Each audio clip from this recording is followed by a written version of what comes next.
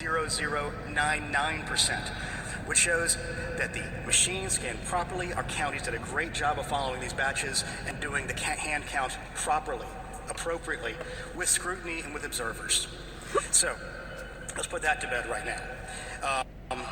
And one of the other things we did as part of our transparency is we have put all of those tally sheets online for every county so you can go through and look at them all. And it's at, again, the securevotegA.com. Let's see. Let's go over the numbers of the president's team is claiming. We have a little chart over here. They're claiming there were 2,056 felons that voted.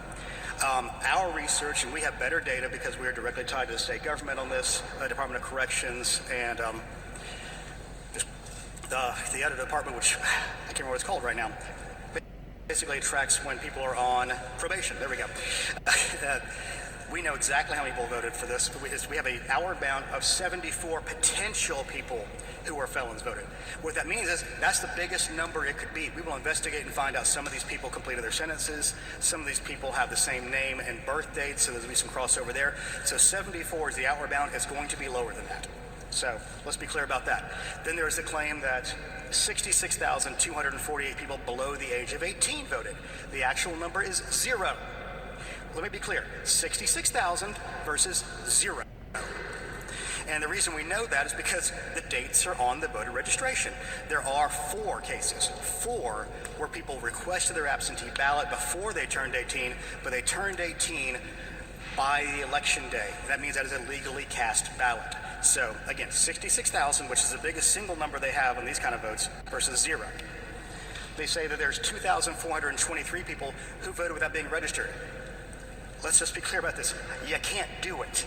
There cannot be a ballot issue to you. There's no way to tie it back to you. There's no way for them to have a name to correspond back to unless they are registered voters. So that number is 0.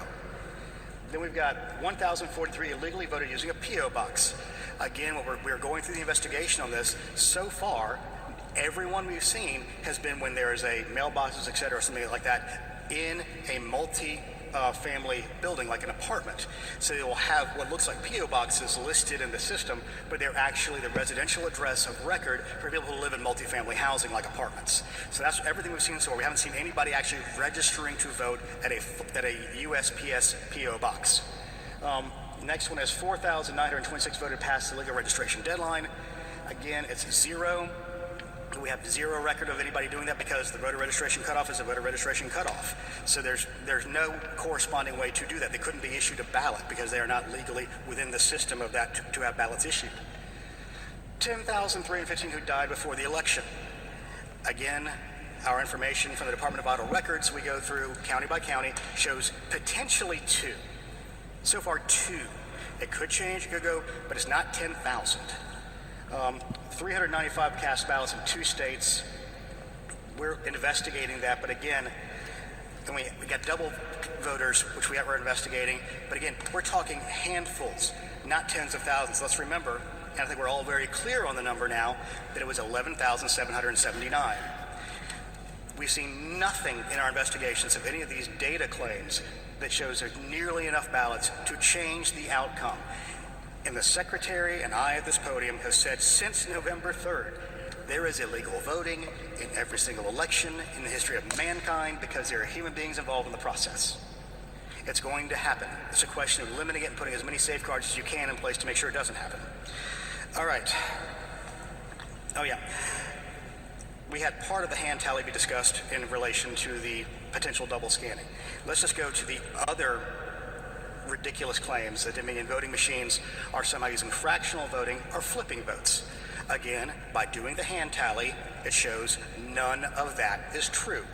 Not a whit. And let's go back to the overall claims about Dominion voting systems in general. If you look in Wisconsin, they're claiming Wisconsin was stolen through Dominion voting machines. In the 14 counties in which Dominion voting machines were used in Wisconsin, the president got 59% of the vote.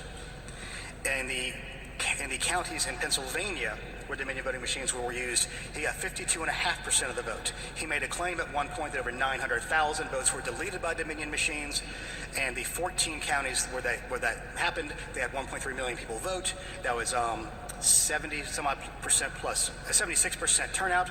In order for 900,000 to have been deleted, they would have had to have 160% or 130% turnout. That did not happen because it cannot happen. Again, this is all easily provably false.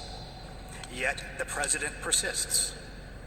And by doing so, undermines Georgians' faith in the election system, especially Republican Georgians in this case, which is important because we have a big election coming up tomorrow, and everybody deserves to have their vote counted if they want it to be, Republican and Democrat alike. Now, let's move on to signature matching. There were claims about signature matching not being done.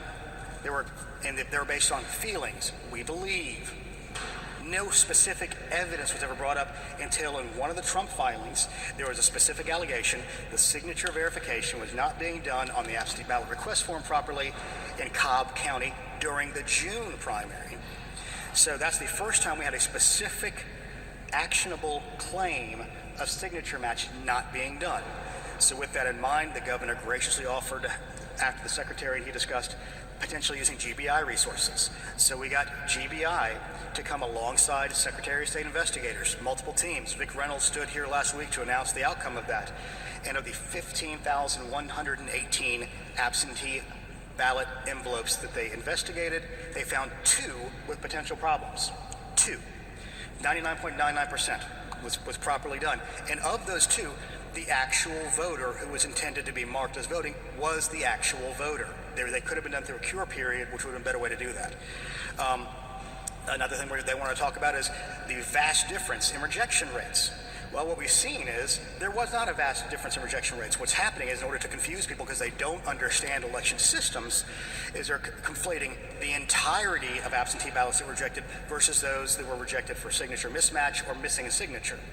Now, we're also comparing apples to oranges. In 16, I've done this so long, I don't want to screw up these numbers, but I'm going to give the general, don't hold me this exact number. I think it was 0.26%. In 18, it was 0.16%. And in 2020 so far, it's 0.15%. We've gotten some updated numbers on this now. And the difference is, in 2019, HB 316 was passed, which allowed there to be curing of ballots. So there are teams of Republicans and Democrat, young people running around the state as we speak, finding people who have signature issues to cure their ballots. That's going on right now. And the Democrats did a much better job of that during the general election. The Republicans were not prepared. The Democrats had their own forms set up. They had teams set up. They were ready to go. It was sort of a late entry on the Republican side to do some of those. And about 5,000 total ballots were rejected for some purpose, and about 2,600 of those were cured. So that means the final rejection number was around 2,400 ballots, around the total of 5 million, or a percentage of the 1.3 million that we saw that were voted absentee. Let's go into some of the more new things. There is no shredding of ballots going on. That's not real. It's not happening. There's shredding of envelopes that were the non-used ones, or there's also shredding of the secrecy envelopes that came through. We saw some of those in the Senate hearing, and it's obvious that they're the secrecy envelopes, which have no evidentiary value because there's no signature on it. There's no way to match it back. They're just basically trash. The law requires you keep the signature and oath envelopes and the ballots themselves for 22 months. Those are all being kept. Let's see. This is what I don't fully understand.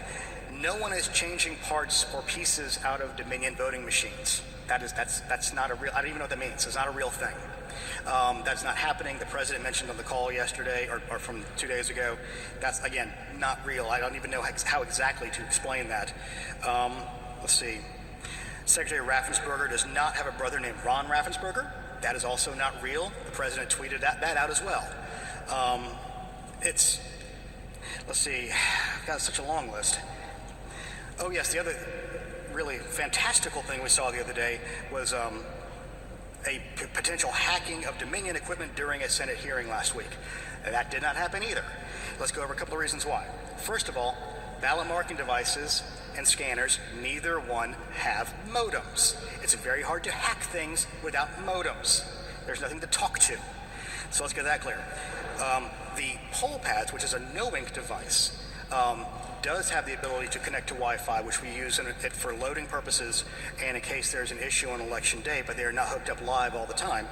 And if they saw anything, they could see traffic back and forth, but it would basically be like watching a river go by. You couldn't get in.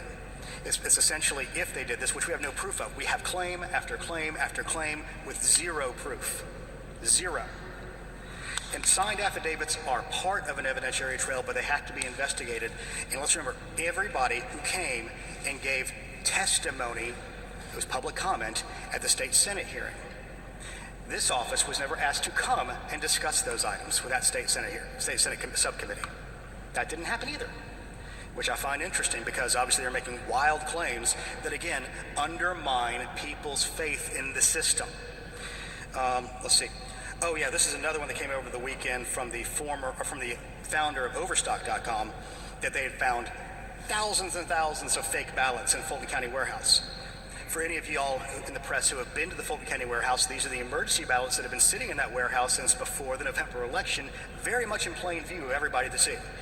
And what happened, the reason they had a high number, first of all, every county has to have those emergency ballots by rule. The state election board rule says you have to have 10% of the available ones for each polling location, and they have to be printed for that polling location for the ballot style so they can track it properly. In Fulton County's case, y'all may remember that there was a COVID outbreak in their warehouse not long before the logic and accuracy testing period was happening for the general election. In a very wild abundance of caution, they had what they referred to as not plan A, not plan B, but they referred to as plan C, which was if we can't get people in to do the logic and accuracy testing on all of our equipment, we're going to print up 100% of our ballots we need to let hand marker ballots be what we have to do if we cannot get the machines done. They did that out of an abundance of caution, given the unknowable unknowns surrounding COVID.